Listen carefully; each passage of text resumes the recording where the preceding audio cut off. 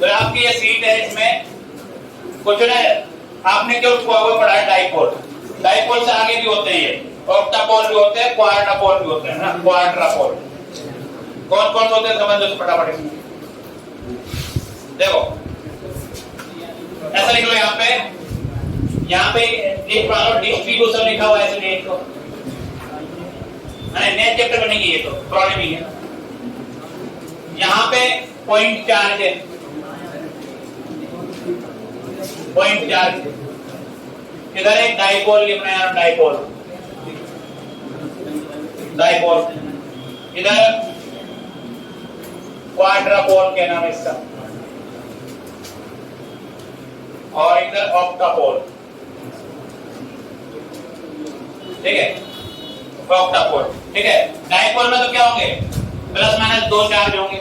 इसमें कितने होंगे, 4 का युग्म होगा। इसमें कितना होगा, 8 होगा। ऑक्टा में तो 8 ही होता है।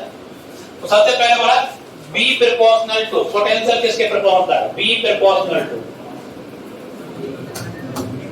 सब लोग जानते हैं पॉइंट चार्ज के लिए क्या आता है, 1/r आता नहीं आता, और Q/r। तो इसमें डायरेक्ट लिखेंगे r⁻⁻1 के प्रोपोर्शनल होता है पोटेंशियल पॉइंट चार्ज के लिए। डाइपोल के लिए कितना आता है, Kp cos θ/r²। यहाँ पर जाएगा r⁻2। और इसके लिए ध्यान रखना है r⁻3 याद रखना है, और इसके लिए r⁻4 याद रखना है। तो पोटेंशियल जो है inversely proportional to r, inversely proportional to r², 1/r³ और 1/r⁴ होता है ऑक्टापोल के लिए। वैसे ही हम बात करते हैं electric field E proportional to. तो E जो होता है आप जानते हो, पॉइंट चार्ज के लिए क्या आता है, 1/K/r² आता है, r⁻2। और डाइपोल के लिए क्या आता है, Kp/r³, r⁻3। सही, इसके बाद ये r⁻4 है, r⁻5 है। तो आसान भी याद रखना, कोई बड़ी बात नहीं है। याद तो आप जानते हो, पढ़ाई आप लोगों ने, इसमें एक माइनस और पता चले जाओ। अगर हम क्रॉस बिटवीन बात करें, यहाँ पे क्रॉस बिटवीन, अगर क्रॉस की बात करें, क्रॉस बिटवीन प्रोपोर्शनल टू।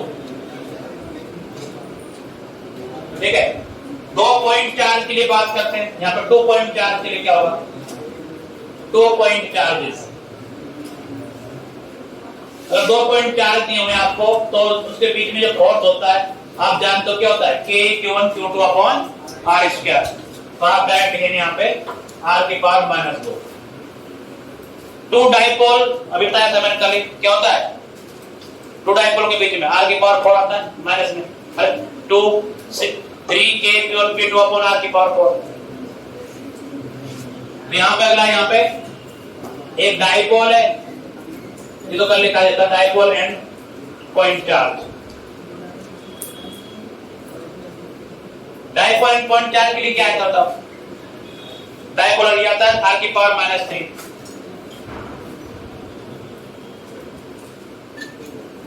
और डाइपोल के बीच में कितना आता है, r⁻4। Dipole and dipole, dipole and dipole, ये थोड़ी बात थी। r⁻4 एक बार ना डायरेक्ट पूछ लेता है वो, ये लो, ये देखना पड़ा।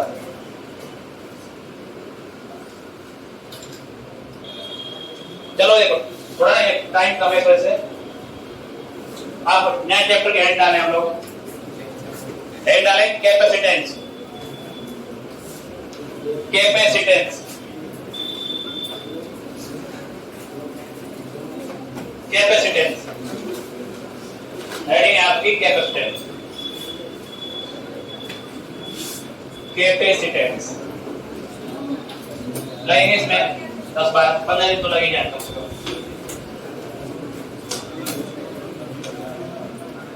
ठीक है,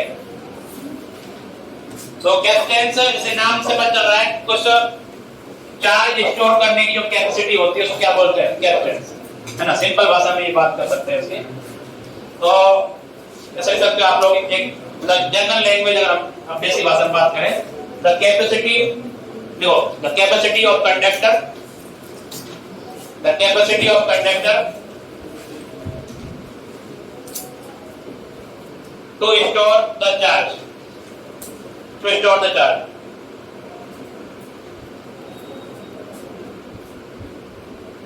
To store the charge is called capacitance. To store the charge is called capacitance.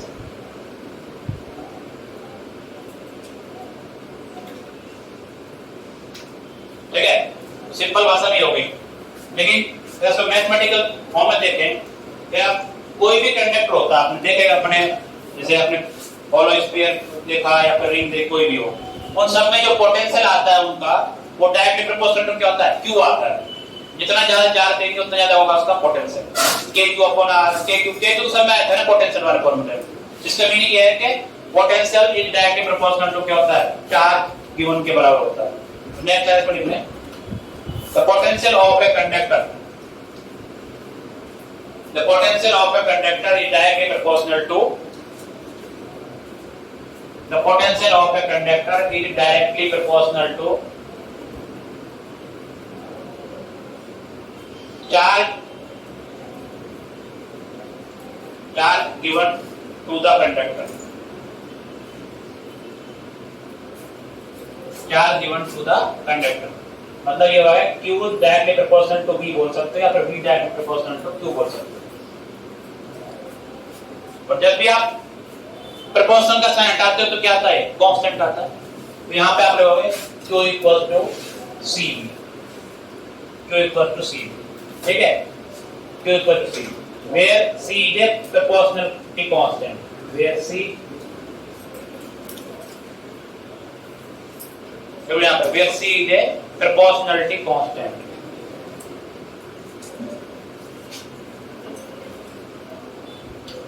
और इसे क्या बोलते हैं, कैपेसिटेंस बोलते हैं, है ना। where C is a proportionality constant, bracket में लिखे ना, where C is a proportionality constant, bracket में लिखना कैपेसिटेंस, इसी को बोला जाता है कैपेसिटेंस, कैपेसिटेंस, ठीक है। तो यहां से जो C की वैल्यू निकल के आएगा, क्या आएगी यहां से, C की वैल्यू आएगी Q अपॉन V, C की वैल्यू आएगी Q अपॉन V। अब मुझे ये बताओ कि जब आपको जवाब देना है, आना जवाब देना है बस, है ना, कि C की वैल्यू Q और V पे डिपेंड करेगी या नहीं करेगी। क्वेश्चन ये है, value of C depends on Q and V और नॉट, है। कितनों के हिसाब से C की वैल्यू Q और V पे डिपेंड करेगी, हाथ खड़े करें। ऐसे क्या है, आवाज दो हाथ खड़े करते हो, दोबारा कर रहा हूं। कितनों के हिसाब से इसकी वैल्यू Q और V पे डिपेंड करेगी, कुछ लोग कर रहे हैं। कितने हिसाब से नहीं करेगी, नहीं करेगी भाई।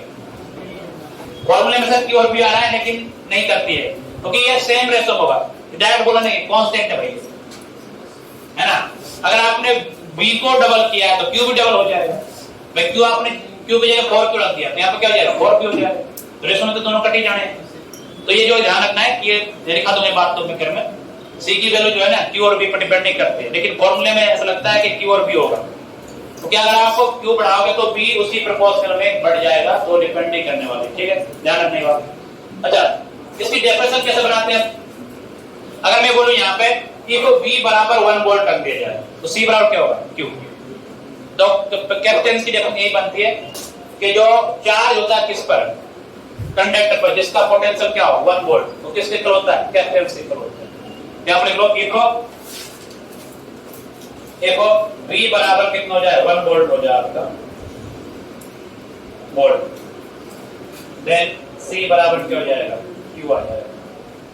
देन C बराबर देखो यहाँ पे the charge on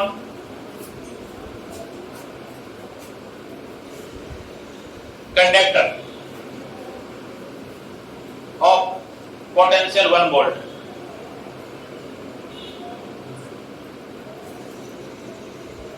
the charge on conductor of potential 1 volt is equal to capacitance of the conductor,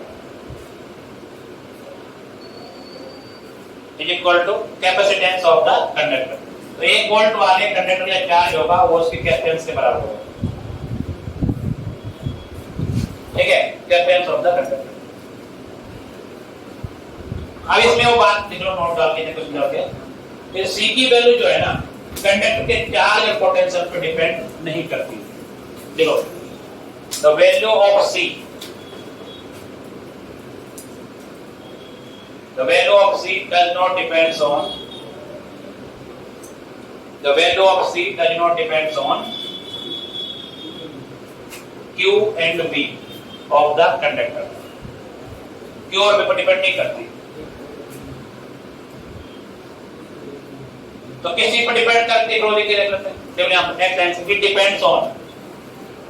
it depends on number A, size of the conductor,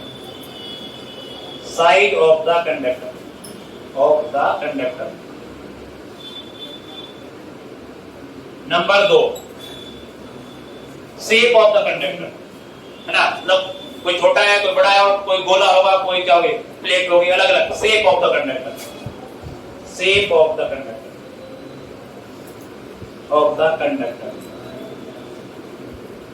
ठीक है। नंबर 3 कॉन्फ़िगरेशन, मतलब कैसे रखा हुआ है वो, कॉन्फ़िगरेशन ऑफ द कंडक्टर,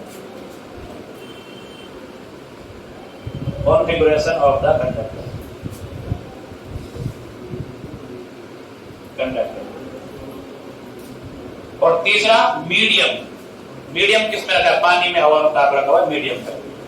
तीसरा हो जाएगा मीडियम। तीसरा चौथा हो जाएगा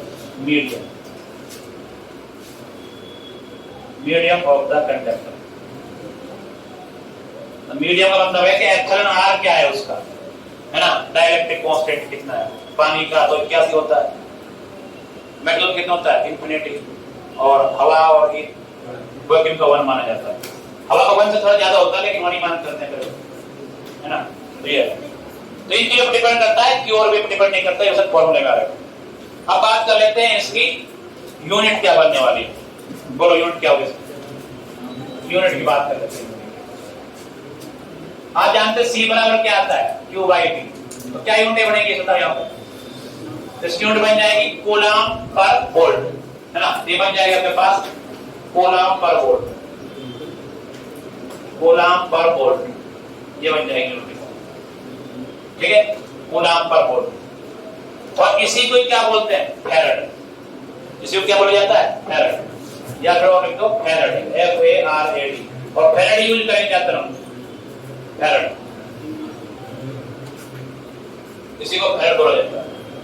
तो आगे ध्यान रखना है, कैपेसिटेंस की जो यूनिट होती है वो फैराड होती है, कूलम पर वोल्ट। कौन सा, C कैपिटल मान के चलते जाता है। अब वो तो अपनी मर्जी से कोई फर्क नहीं पड़ता। कूलम जितना पूरा कूलम लिखा है ना, नहीं आप C को C काट के पता, ठीक है। तो यहाँ पे C है फैराड। अब आप मुझे बताइए इसकी डायमेंशन क्या आने वाली है, डायमेंशन। फॉर्मूला आपके सामने है, डायमेंशन बताओ, डायमेंशन, है ना। फॉर्मूला सामने, C बराबर क्या है, Q/V। क्योंकि सब लोग जानते हैं A1 T1, B की तो मुझे भी नहीं आती। तो क्या करें, पहले B का फॉर्मूला पता है हमको, क्या होता है, W/Q। और B का फॉर्मूला पता है ना, पोटेंशियल का। जैसे क्या करते हैं, जब भी डायमेंशन वाला क्वेश्चन आए तो आपको, मुझे भी नहीं पता पोटेंशियल की क्या डायमेंशन है, लेकिन मुझे पता है कि इसका फॉर्मूला क्या है, W/Q। तो आप लेंगे, क्योंकि B बराबर क्या होता है, W/Q होता है। इसके हिसाब से C क्या बन जाएगा, Q/W/Q। इसका मतलब क्या हो गया, Q²/W। अब Q की जानते हो, W के सब लोग जानते हैं। अब रख दो बस यहाँ पर। इसकी क्या होता है यहाँ पे, A1T1 होता है, तो Q बराबर क्या होता है, A1T1, लेकिन इसका होगा यहाँ पे A2T2 हो जाएगा, A2T2। और W सब लोग जानते हैं, M1L2T-, बहुत बार यूज करते हैं। इसको सॉल्व कर लो, जो भी आएगा, M-1 बचेगा, L-2 हो जाएगा, T⁴ हो जाएगा, और A2 आ जाएगा। तो ये आपकी कैपेसिटेंस की डायमेंशन बन जाएगी।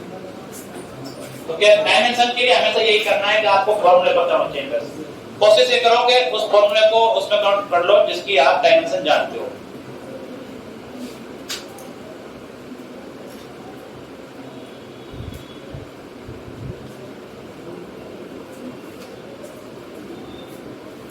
कुछ अलग और यूनिट भी होती है छोटी वाली, अदर यूनिट होता है, अदर यूनिट, अदर। आप जानते हो क्या है 1 मिली फैराड कितना होता है? 10 की power minus 3 farad. 1 micro farad 10 की power minus 6 farad. 1 nano farad 10 की power minus 9 farad. 1 pico farad 10 की power minus 12 farad.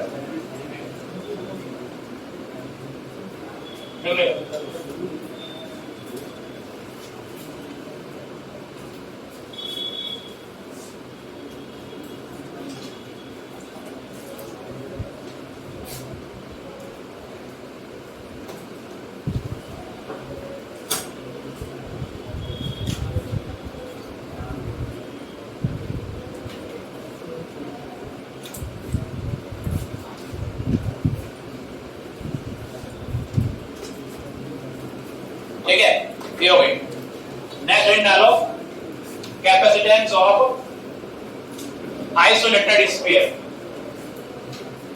Capacitance of isolated sphere.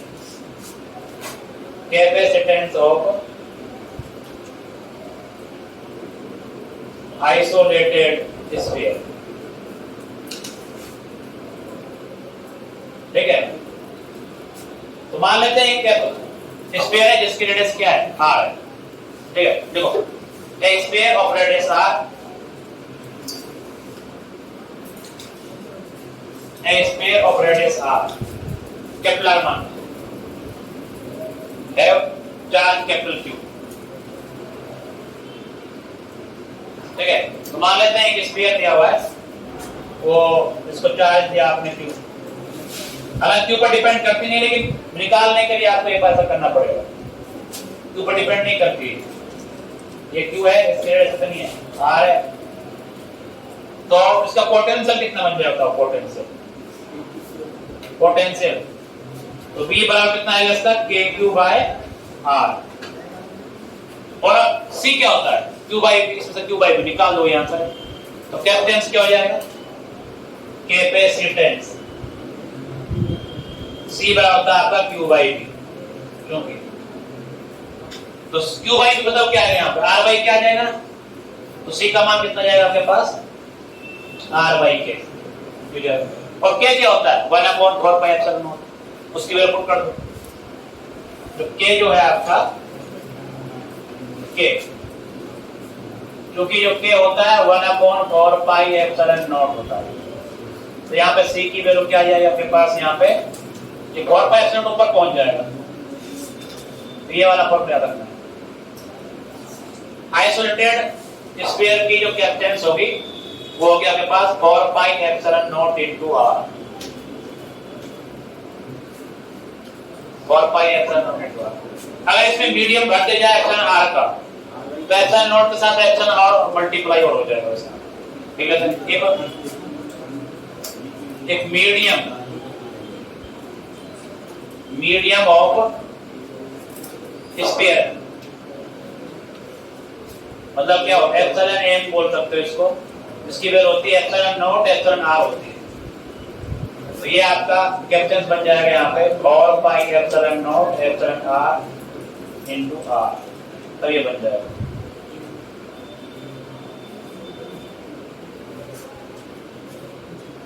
ठीक है, मीडियम का जो डायरेक्ट्रिक कांस्टेंट एप्सिलॉन r होता है, तो उसकी जो क्या बोलते हैं इसको परमिटिविटी बोलते हैं, वो मिल जाती है एप्सिलॉन नॉट एप्सिलॉन r। ये पहले कर चुके हम बात। तो आपसे कोई पूछे C और R के बीच में ग्राफ बनाया जाए, यहाँ पे C है और यहाँ पे क्या है? R है। तो यहाँ पे C directly proportional to R आ रहा है ना, मैंने लिख सकते हैं आप लिखिएगा, यहाँ पे C डायरेक्टली प्रोपोर्शनल टू क्या है? R है। तो आप यहाँ पे सिंपल से लाइन बन जाएगी आपकी, C directly proportional to R। तो यहाँ पे क्या है? एंगल थीटा है। तो इस लाइन का स्लोप की बात करें, स्लोप m बराबर tan थीटा बराबर जो भी है, वो स्लोप क्या आएगा इसका? C बाई R आएगा। क्या आ जाएगा? 4 पाई एप्सिलॉन नॉट। स्लोप बन जाएगा इसका 4 पाई एप्सिलॉन नॉट। और 4 पाई एप्सिलॉन नॉट क्या होता है? 1 बाई K। K पर इसका आप लोग ऐसा करते हो 1 बाई K। तो इसका स्लोप जो है भाई, स्लोप क्या होता है, c बाई r होता है ना, परपेंडिकुलर क्या हुआ c, बेस क्या हुआ r, tan निकालना है, तो c बाई r क्या हो जाएगा 4 पाई एप्सिलॉन नॉट, और 4 पाई एप्सिलॉन नॉट क्या होता है 1 बाई k होता है।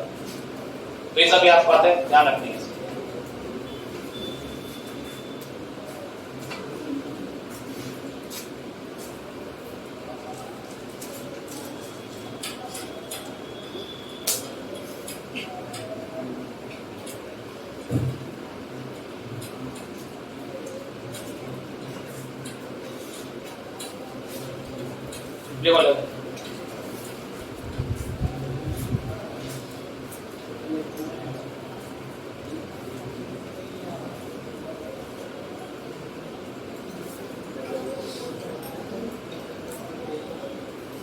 नेक्स्ट देखो आप लोगों, एक क्वेश्चन यहाँ पे छोटा सा जो क्वेश्चन, अगर आप अर्थ को क्या करें, एक आइसोलेटेड स्फीयर मान के चलते हैं तो उसकी एक्सटेंस क्या होगी। देखो देखो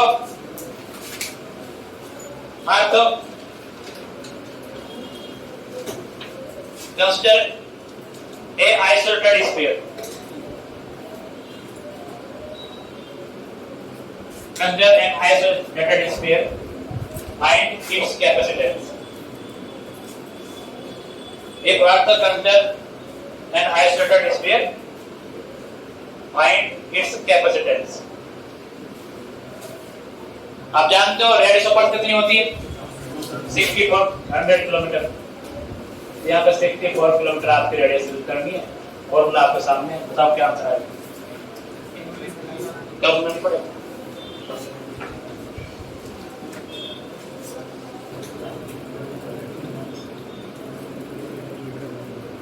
तो इसमें बहुत आसान है, देखो ये आप जानते हो जो C का फॉर्मूला था हमारे पास 4 pi epsilon naught into r। आप देखो 4 पाई की तरफ रखोगे एप्सिलॉन नॉट की वैल्यू रखोगे आप लोग, लेकिन अब पता है कि 4 पाई एप्सिलॉन नॉट क्या होता है 1 बाई k होता है, राइट है दोनों इस चीज को, तो k की वैल्यू रखो आप, ठीक है ना। एक तो r को चेंज कर लो कितना 64 100 × 10³ मीटर में, कितने हो गया r आपका चेंज, और इसको लिख दो 1 बाई k, तो आप सिंपल लिखो r बाई k से, इससे निकालो आंसर। k की वैल्यू जानते हो 9 × 10⁹, हां आसान हो जाएगा आपका। यहां c कितना है यहाँ पे, तो जाएगा 64 × 10³ अपॉन 9 × 10⁹। याद है सबको 5 पावर के ऊपर 4 पावर बच जाएंगे, तो 64/9 × 10⁻⁴। 64 को आपको 9 से डिवाइड करेंगे तो लगभग ये 7.11 आता है ना। क्योंकि 63 तो क्या होता है 7/10 हो जाता है, लेकिन यहाँ पे ये 7.11 के आसपास आता है, 10⁻⁻⁴। इसको भी आप पूरा कर लो, 7 11 ही कर लो इसको, तो 10⁻⁻6 कर दो पूरा, तो C कितना हो जाएगा आपके पास 711 माइक्रोफैराड, याद रखना है। तो अर्थ की कैपेसिटेंस जो है 711 माइक्रोफैराड होती है, 711 माइक्रोफैराड। अब आप सोच सकते हो कि 1 फैराड तो कितनी बड़ी क्वांटिटी होगी, अर्थ इतनी बड़ी है उसकी भी कितनी आ रही है माइक्रोफैराड में आ रही है वैल्यू, इसलिए जो है अब इतने क्वेश्चन बोलेंगे सब में जो है कि ये माइक्रो में चलती है, माइक्रो मिली में और नैनो में चलती है कैपेसिटेंस जो है। आप देख सकते हो अर्थ की भी जो है 711 माइक्रोफैराड, तो अर्थ तो काफी बड़ी क्वांटिटी है रेडियस। तो कोई पूछा था आपको किसके बनाना है, जिसकी रेडियस कितनी है, मतलब कहते हैं कितनी हो जाए 1 माइक्रोफैराड, तो अर्थ से पता नहीं कितना बड़ा स्फीयर बनाना पड़ेगा।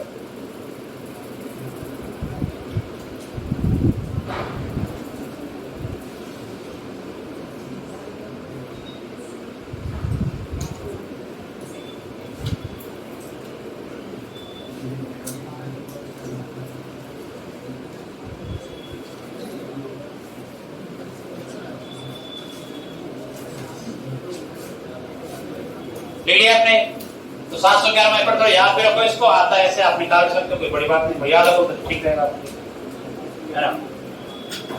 नेक्स्ट हेडिंग डालो principle of capacitance. Principle of capacitance बोल सकते हैं, आप कैपेसिटर बोल सकते हो, देखो प्रिंसिपल ऑफ कैपेसिटर या फिर कैपेसिटेंस, प्रिंसिपल ऑफ कैपेसिटर लिखो, है ना। तो प्रिंसिपल ऑफ कैपेसिटर क्या कहते हैं समझ लो पहले इसको, तो इसमें लिखना ही है आपने कैपेसिटर। प्रिंसिपल था ना कैपेसिटर क्या होगा। देखो एक्चुअली क्या है, आपके पास मान लो ये पेन आपको दे दिया, अब इस पे आप चार्ज दोगे लेकिन इसकी कुछ लिमिट होगी, ऐसा नहीं कि इसके आप बहुत ज्यादा इसको चार्ज दे दोगे या फिर इसकी कैपेसिटेंस बढ़ा दोगे आप लोग, लेकिन ऐसा कुछ करना है कि इसके चार्ज और साइज वगैरह में चेंज किए बिना इसकी कैपेसिटेंस बढ़ानी है। तो कैपेसिटर का फॉर्मूला क्या होता है आपके पास, C बराबर क्या होता है Q/V। चार्ज को सेम रखना है, इसको चार्ज चेंज नहीं करनी है, फिर भी इसको C बढ़ानी है। तो क्या कर सकते हो आप लोग, पोटेंशियल इसका डिक्रीज कर सकते हो, बता रहे। अब पोटेंशियल डिक्रीज करके कैसे करते हो, अब आपकी मर्जी कैसे करेंगे वो। तो उसके लिए एक तरीका ये है कि आप इसके पास दूसरा कंडक्टर ले आओ, कंडक्टर लाएंगे तो इस कंडक्टर में क्या होगा, इंडक्शन होगा, इसके पास वाले पे क्या आएगा नेगेटिव और दूसरे वाले सरफेस पे क्या आएगा पॉजिटिव। तो नेगेटिव की वजह से पोटेंशियल आएगा यहाँ पर और पॉजिटिव वजह से भी आएगा, लेकिन नेगेटिव क्या है नजदीक है, तो माइनस में क्या आएगा ज्यादा आएगा और प्लस में क्या आएगा कम आएगा। पहले से खुद को कुछ था ही तो वैल्यू क्या होगी पी की घट गई है। मान लो पहले से 10 था, माइनस में से -4 आया तो प्लस में से कितना आया +2 आया, तो नेट कितना हो जाएगा 10 - 4 + 2 कितना हो गया 8। तो पोटेंशियल अल्टीमेटली से कितना हो गया कम हो गया, तो पोटेंशियल कम हो गया आपने और वोल्टेज कम कर दिया तो C का मान क्या है बढ़ जाएगा। जैसे करना है स्टेप बाय स्टेप लिखना है इसमें। प्रिंसिपल तो कहता है कि भाई आपको कैपेसिटेंस इंक्रीज करना है विदाउट चेंज इन चार्ज और साइज ऑफ कंडक्टर, है ना। तो लिखो आप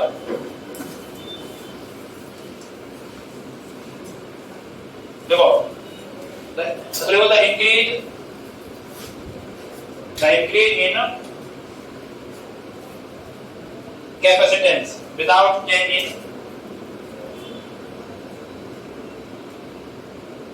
capacitance without change in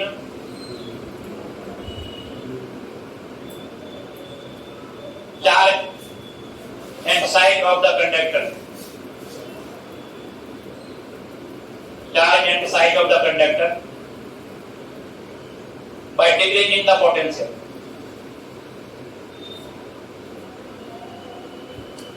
By decreasing the potential.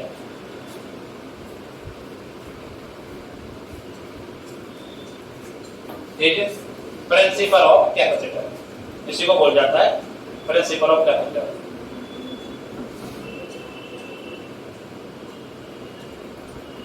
ठीक है, प्रिंसिपल ऑफ कैपेसिटर।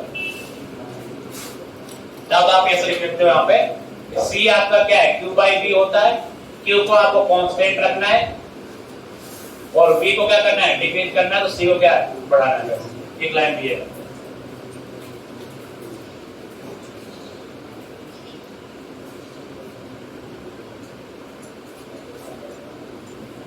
V घटा के आपको C डिक्रीज करना है, ये हो जाएगा आपका। तो इसमें आप जो है 2-3 स्टेप करने पड़ते हैं, इसमें एक काम करते हो लिख लेते हैं। देखो पहले देखो लेट ए कंडक्टिंग प्लेट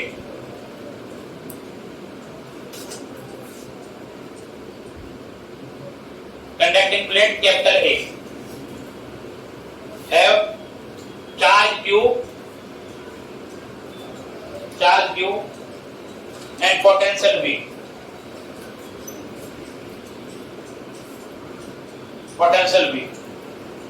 ठीक है, तो मान लेते हैं हमारे पास एक कंडक्टिंग प्लेट मान लो आप लोग इस तरह से, ये प्लेट है आपकी कोई, इसका नाम A है, इसका पोटेंशियल V है और इस पे चार्ज कितना दिया गया है Q दिया गया है। ठीक है, क्या जाएगा नाम और बगल में लिख लो C बराबर क्या आ जाएगा इसका Q/V आ जाएगा, C बराबर Q/V जगह मान लो। एक प्लेट है यहाँ पे कंडक्टिंग प्लेट है, इसलिए चार्ज क्या होगा दो सरफेस बट जाएगा, एक इधर बनाए इधर बनाए।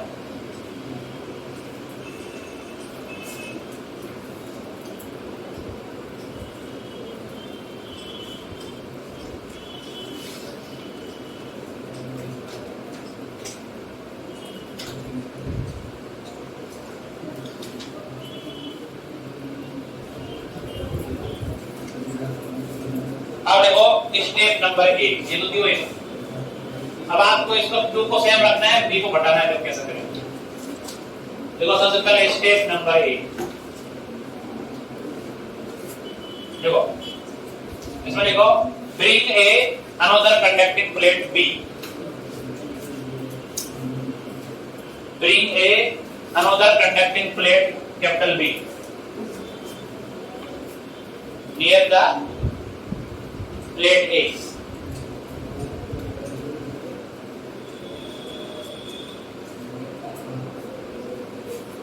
By induction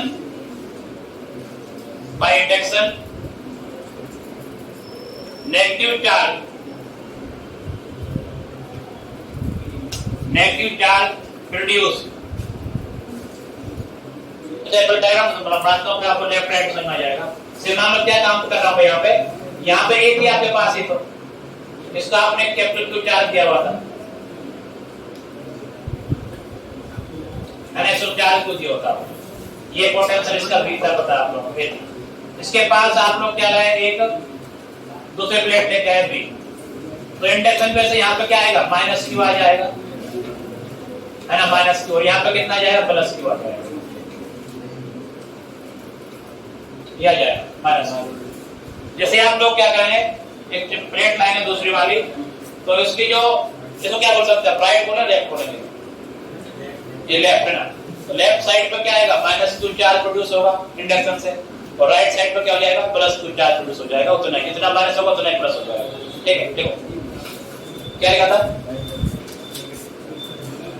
by induction negative charge produced at left side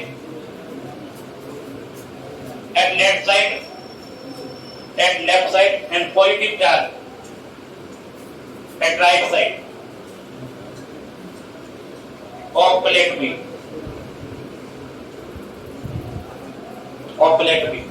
अब आप इसका नया पोटेंशियल लिखें, अब आप A का बताओ क्या आएगा, तो आप लिखेंगे B डैश लिखेंगे, मान लो इसको B तो इसका खुद का है ही है, जैसा हम लोग कैसे लिखते हो, पोटेंशियल कैसे लिखते हो, खुद का प्लस बाकी और सब की वजह से, तो खुद का कितना था इसका, B था शुरुआत में, और इस नेगेटिव चार्ज के सूत्र कितना आएगा, V ऑफ -Q और V ऑफ +Q, मतलब Q मान लो, चलो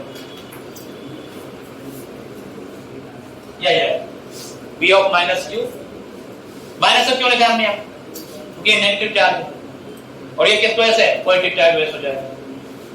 अब मुझे बताओ -Q वाला ज्यादा होगा कि +Q वाला ज्यादा होगा, क्यों, नजदीक है वो, तो आप लेंगे यहाँ पे, क्योंकि V of -Q is greater than क्या है, V ऑफ +Q।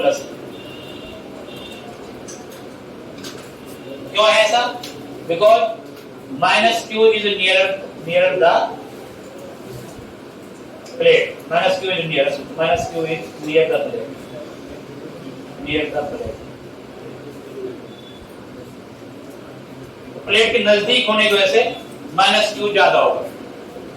अगर -Q ज्यादा है और +Q वाला कम है, तो नेट क्वांटिटी कम घटेगी कि बढ़ेगी, बताओ, घटेगी, तो आप बोलेंगे यहाँ पे जो B डैश है वो किससे कम हो जाएगा, B से कम हो जाएगा, और B जो है B डैश B से कम हो गया, तो नई कैपेसिटेंस C डैश C से क्या होगी, ज्यादा होगी, आप लिखेंगे, इसलिए C डैश ग्रेटर देन क्या हो जाएगा, C हो जाएगा, ये बात है।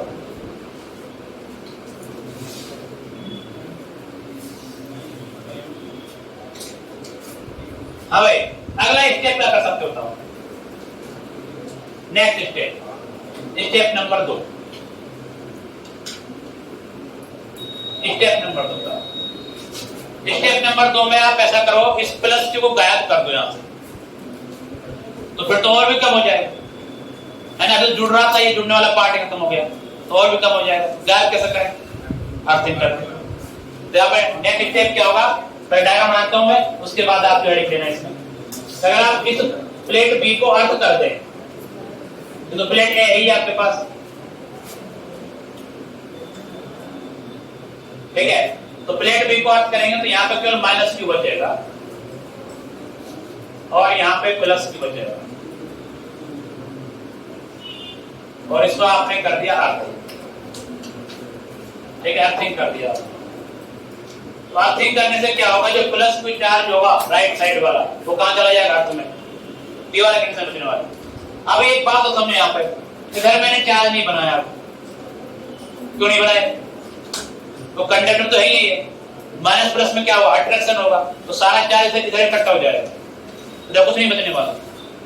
ठीक है, ये बात ध्यान रखना है। कैप्चर अगर आप रखे हो दो प्लेट ऐसे, तो बाहरी वाले सरफेस पे बिल्कुल चार्ज नहीं होता उसका केस, कैप्चर वाले case.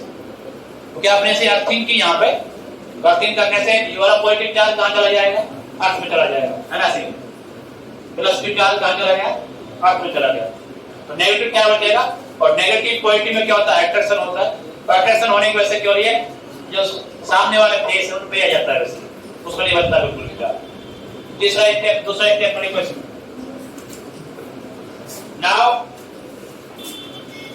now earth do the right side of plate B,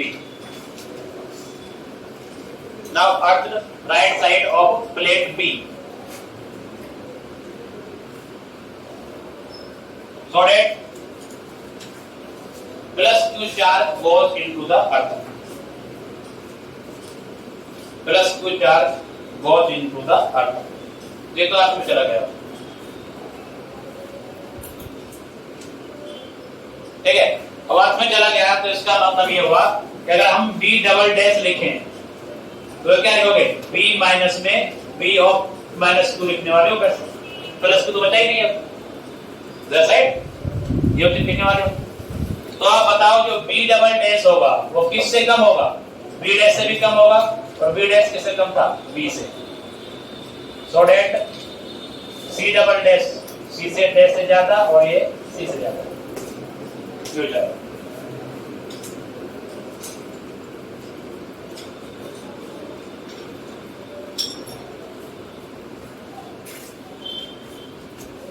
ठीक है। तो आप क्या कर रहे हो, देखो ना तो आपने से चार्ज चेंज किया ना इसकी कोई साइज चेंज किया, लेकिन कैपेसिटेंस बढ़ाते चले जा रहे हो आप सिस्टम की, वैसे ये इसको प्रिंसिपल ऑफ कैपेसिटेंस बोला जाता है, विदाउट चेंज चार्ज इन से from side, decreasing the potential और इंक्रीज द कैपेसिटेंस।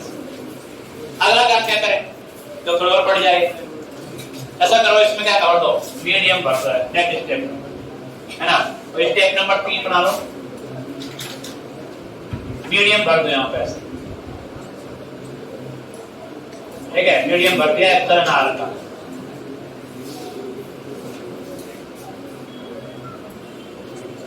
है ना, तो तीसरा स्टेप हो गया मीडियम वाला। देखो, now build a dielectric medium, now build a dielectric medium of dielectric constant epsilon r between the plates, now build build मतलब भरना हो उसका, now build a dielectric medium of dielectric constant epsilon r between the plates। अब आप जानते हो क्यों ऐसा करने से क्या होगा, क्या आप जानते हो यहाँ पे जो B जो है वो इनवर्सली प्रोपोर्शनल टू क्या होता है, एप्सिलॉन r आता है, और जितने फॉर्मूले लिखे आप लोगों ने क्या लिखा, kq/r लिखा ना, अगर हम k की वैल्यू पुट करते हैं तो क्या आएगी 1/4 पाई एप्सिलॉन नॉट, और मीडियम में क्या हो जाएगा 1/4 pi epsilon naught epsilon r। तो आप अगर यहाँ पे मीडियम भर देंगे तो पोटेंशियल क्या हो जाएगा, और डिक्रीज हो जाएगा, ठीक है। तो आपका मतलब क्या होगा, b ट्रिपल डैश तो और भी कम हो गया, b डबल डैश से, b डैश से और b से, और इसलिए c ट्रिपल डैश सबसे ज्यादा होगी c डबल डैश, और यहाँ पे c डैश से लेकर c,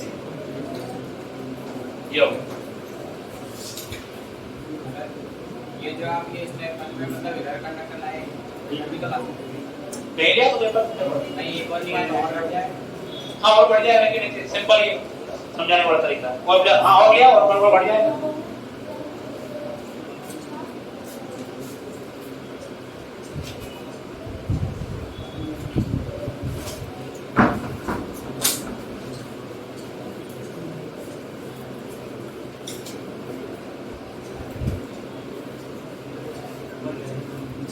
हाँ ट्रिपल डैश होगा ना, हाँ v ट्रिपल डैश, घटा मतलब बढ़ा के रेंज इसकी क्या इंपॉर्टेंट है, और c बढ़ेगी ना, सी का काम आता है, जैसे आपको एक ऐसे एल होता है, एक सी होता है। एक्चुअली आपने जब बेसिक पढ़ेंगे तो और समझ में आएगी बातें। ये सी जो है फेज डिफरेंस जनरेट करने का काम आता है। ठीक है, कैपिटल बैंक लगी होती है, बड़ी इंडस्ट्री जो होती है कैपिटल बैंक बोलते हैं। ये जो ये जिसमें लगा होता है सेल, भाई समझ लो सेल क्या है, इसमें सेल जैसा दिखता है, कंडेंसर बोलते हैं आप इसको, कैपिटल है वो। ये जितनी ज्यादा कैपिटल का होगा उतनी ज्यादा इसमें जो है फेज डिफरेंस जनरेट करता है एक्चुअली। तो फेज डिफरेंस से क्या होता है, इसकी मोटर की स्पीड वगैरह बढ़ती है, कुछ सब काम आते हैं। ठीक है, ये अरे जो बड़ी इंडस्ट्री होती है ना उसमें तो अलग से एक जैसे ट्रांसफार्मर तो लगेगा, इसके बगल में कैपेसिटर और लगाया जाएगा। कैपेसिटर में क्या होता है, एनर्जी स्टोर होती है, ये फॉर्म इलेक्ट्रिक फील्ड, ये नुकसान नहीं करता। लेकिन जैसे आप लोग ये क्या होता है, एक प्रॉब्लम पढ़ेंगे आप लोग, बाद में पढ़ लेना। ये होता है जो पावर होती है, पावर वो होती है VI cos थीटा, जो होती है पावर का फॉर्मूला। ये cos थीटा बोलते हैं, पावर फैक्टर बोला जाता है इसको। और पावर फैक्टर को कौन बढ़ाता है अपने का, पावर फैक्टर वो ज्यादा होना चाहिए, उसके लिए आपको सी लगाना पड़ता है। ऐसा होता है एक बार जब कॉमन सेंस वाली बात, जो पावर जनरेट हो रही है जहां से तो कांस्टेंट है, वोल्टेज भी कांस्टेंट है, इतने 220 वोल्ट पे चल पूरे टाइम चल रहा है काम अभी। अगर आपने इसको घटा दिया तो करंट क्या होगी, बढ़ गई। अरे बड़ा प्रॉब्लम होती है इसमें, इंडस्ट्रियों को बड़ा ध्यान रखना पड़ता है इस कॉस फाई का, कॉस थीटा। तो अगर उनकी इंडस्ट्री की वजह से अगर कॉस फाई घटता है तो करंट पूरे सर्किट में ज्यादा बढ़ जाएगी, पूरे इग्नोर में बढ़ जाएगी करंट। और करंट बढ़ते तो लॉस किससे डिपेंड करते हैं, करंट पे, आई स्क्वायर लॉस। तो जिस इंडस्ट्री का कॉस फाई अगर 0.8 से कम मिलता है ना, 0.8 से, उस पर डबल फाइन लगता है।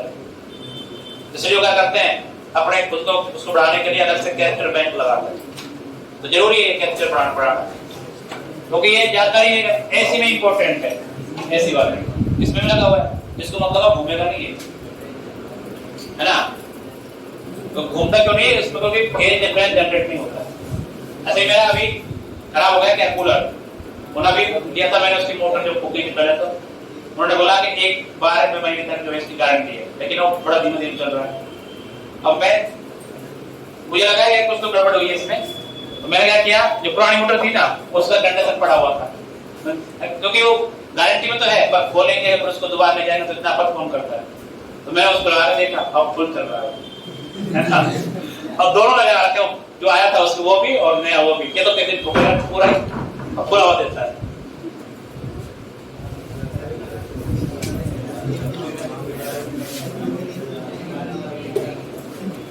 चलो नेक्स्ट देखो आप लोग, तो प्रिंसिपल देखो अगला, parallel plate capacitor.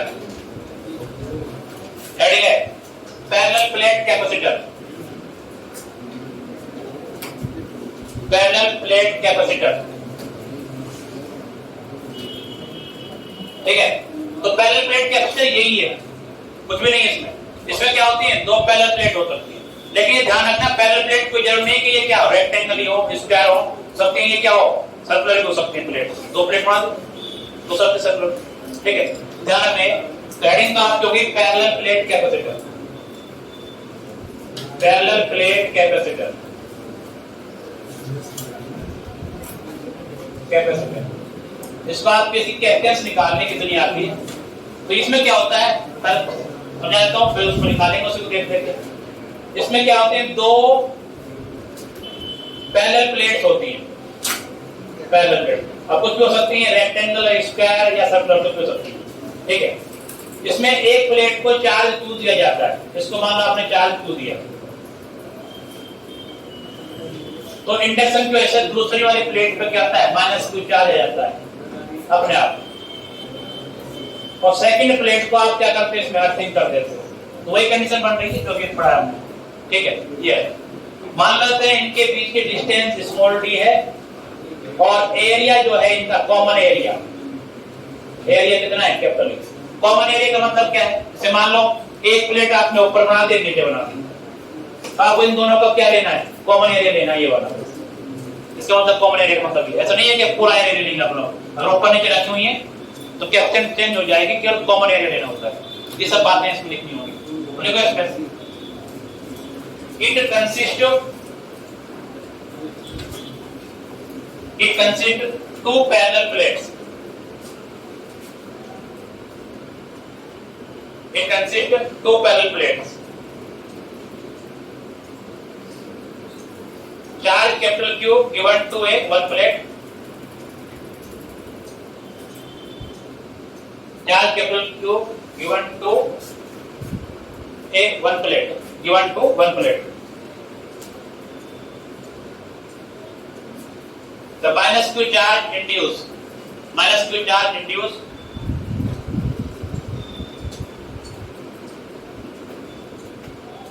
Inner side of other plate.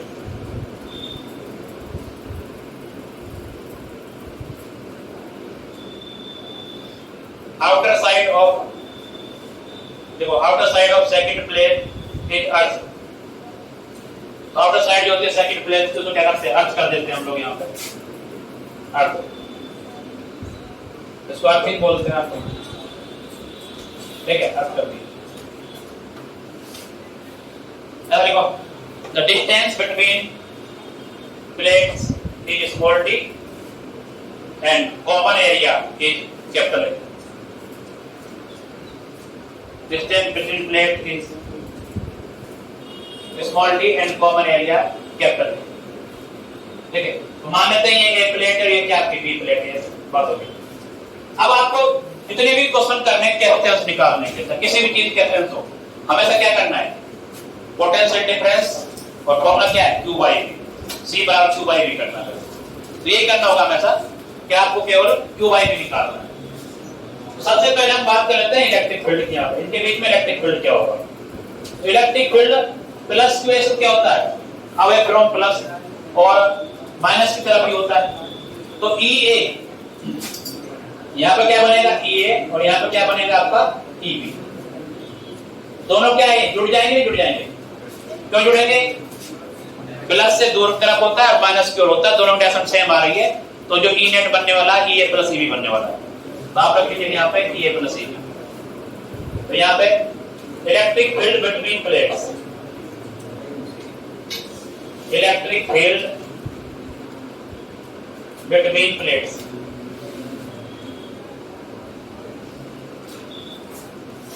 तो जो E आएगा वो आ जाएगा आपके पास EA प्लस EB दोनों जुड़ जाएंगे भैया। हाँ भाई और आप जानते हो जो प्लेट की वजह से इलेक्ट्रिक फील्ड होता है sigma upon 2 epsilon not plus sigma upon 2 epsilon not. हाँ भाई ये तो कंडक्टिंग प्लेट थी फॉर्मूला मैंने किसका लगाया है नॉन कंडक्टिंग का। क्यों एक ही सरफेस पे है तो कंडक्टिंग पता है मुझे लेकिन जो चार्ज इकट्ठा कहाँ हुआ है केवल एक सरफेस और एक सरफेस वाली जब भी बनेगी तो क्या बनेगा नॉन कंडक्टिव वाला फॉर्मूला लगाया जाएगा। नॉन कंडक्टिव में क्या होती है एक सरफेस होती है। तो यहाँ पे कभी ध्यान रखिए कंफ्यूजन होता है बड़ा ये गलत कर जाते हैं कई बार। कंडक्टिंग प्लेट लिखिए मैंने ऊपर यहाँ पे और कंडक्टिंग प्लेट पे ऐसा फॉर्मूला पढ़ा आपने सिग्मा अपॉन एप्सिलॉन नॉट। लेकिन यहाँ पे क्या हो रहा है ये जो सारा चार्ज एक ही सरफेस पे इकट्ठा हो गया है इसलिए नॉन कंडक्टिव बिहेव करेगा ये। तो फॉर्मूला क्या लगाएगा सिग्मा अपॉन 2 एप्सिलॉन नॉट। तो इलेक्ट्रिक फील्ड जो आता है यहाँ पे इनके बीच में यूनिफॉर्म आता है कितना आएगा सिग्मा अपॉन एप्सिलॉन नॉट। तो इलेक्ट्रिक फील्ड हो जाए कुल मिला के sigma upon epsilon not. Uniform होता है एक जैसा यूनिफॉर्म।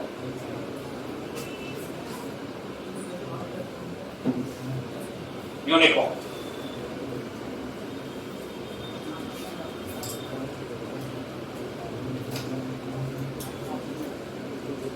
ठीक है। अब आपको पोटेंशियल डिफरेंस लिखना है दोनों के बीच में। Potential difference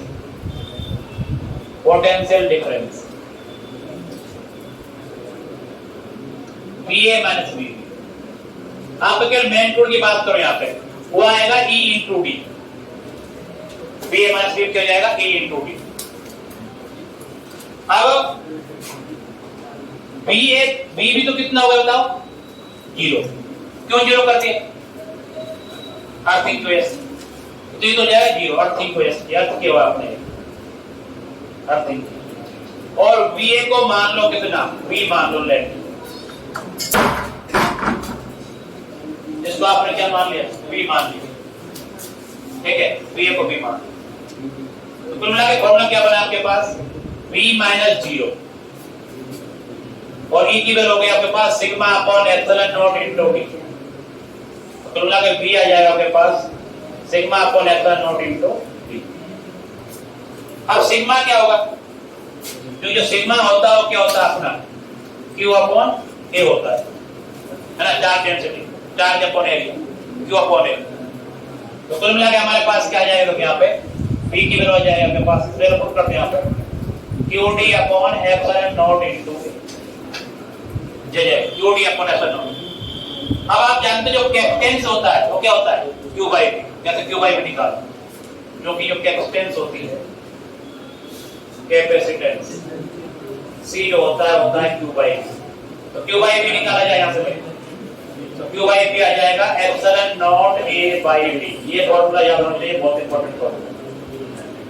capacitance of parallel plate capacitor ये आ जाएगा आपके पास epsilon naught A by D, epsilon naught A by D। C बराबर epsilon naught A by D। तो सभी में यही करना होगा, जितने भी हैं सब में पहले इलेक्ट्रिक फील्ड लिखना है और उनसे E into D करके क्या लिखना है अपने को, पोटेंशियल डिफरेंस। और एक प्लेट का जीरो हो ही जाएगा ठीक वजह से, दूसरे का V मान लो और ये आ जाएगा, फिर ये जाएगा।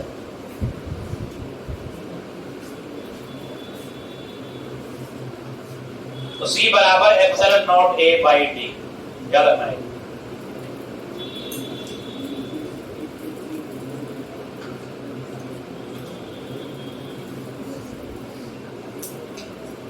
अगर प्लेटों के बीच में मीडियम भर दे जाएगा तो क्या है, एप्सिलॉन नॉट एप्सिलॉन आर, है ना, ये बात लिखते हैं। ये medium between plates, the dielectric medium, मेरे ख्याल से ये पर dielectric electric medium between plate,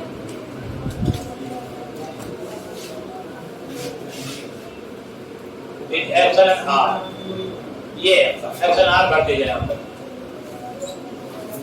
तो क्या हो जाएगा, C की वैल्यू जो है मीडियम के अंदर epsilon naught epsilon r A by D,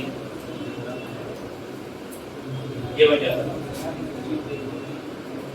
क्या रखना है, epsilon r epsilon naught A by D।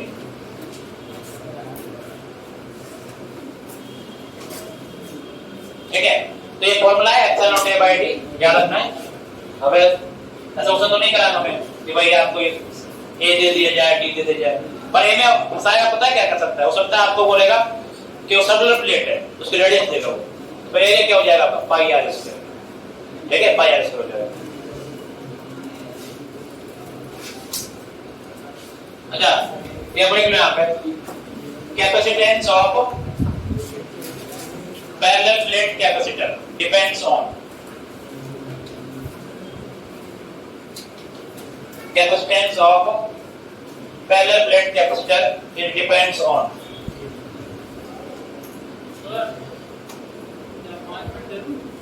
Sir एक मिनट रुको बस, चलो कल पढ़ते हैं मेरे ना, ठीक है कल लिखा दूंगा मैं।